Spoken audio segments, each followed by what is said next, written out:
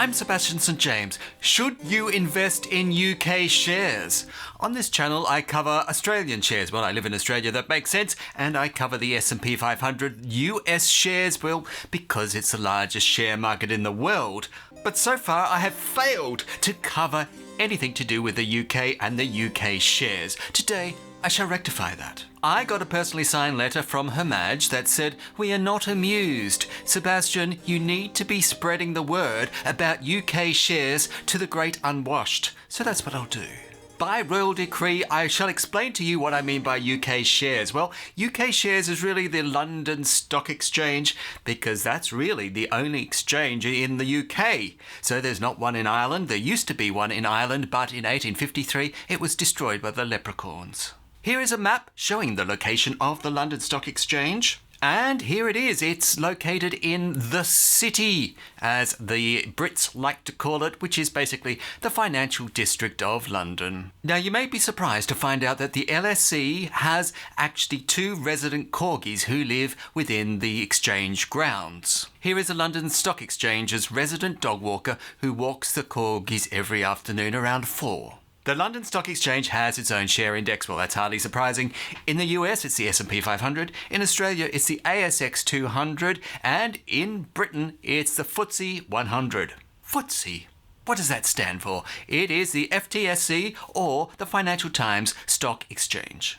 Did you know that the London Stock Exchange is one of the oldest stock exchanges in the world? That's true. And it can trace its history back over 300 years. And here is a picture of the founder of the London Stock Exchange in 1698. The FTSE 100. What are the stocks that actually make up this index? Well, here they are. These are the top stocks.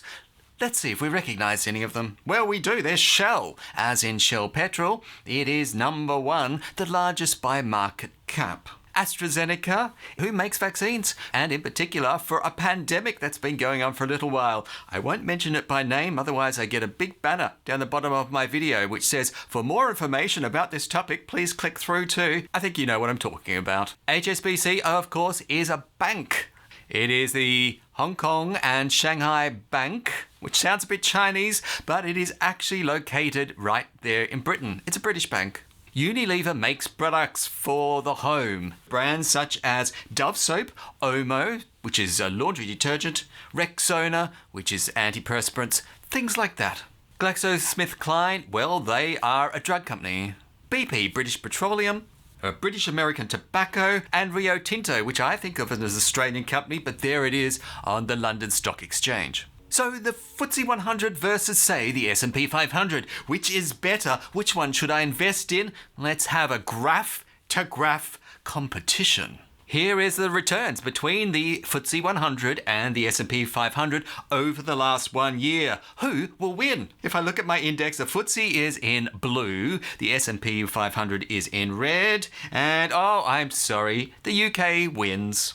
Over the last 12 months, the FTSE 100 has returned 28.72%. Well done, Brits.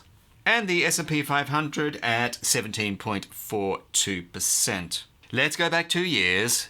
The S&P 500 has returned 40.51%. That's not per year. That's the total from beginning to end over those 2 years.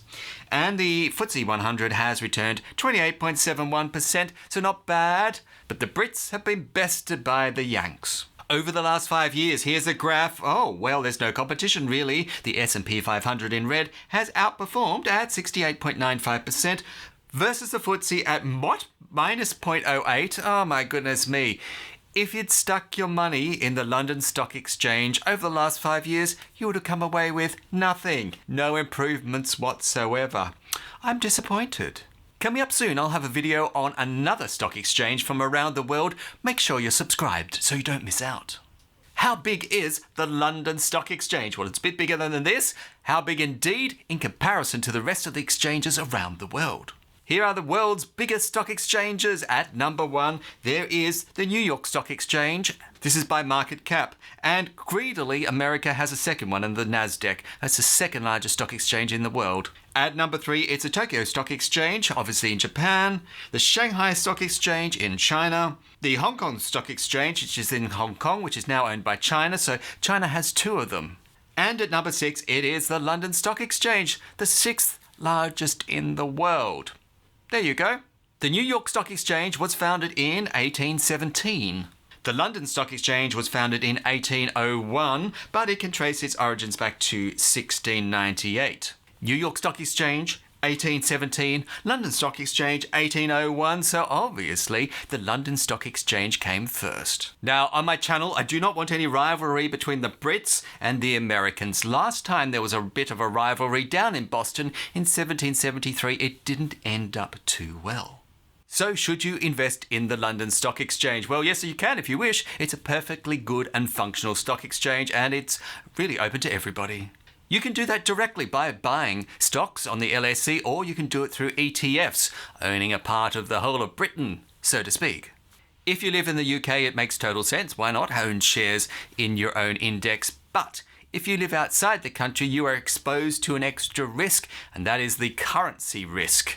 So your dollars, whatever they happen to be in, have to be transferred to pounds, and that currency will go up and down, and that's an extra risk which you won't have if you invest in your own local exchange. But do know, if you invest outside of your own country, there can be some extra rewards. Sure, extra risk due to currency, but extra potential returns. That's the risk-reward equation. I've done a video on that. Go ahead and click on it now.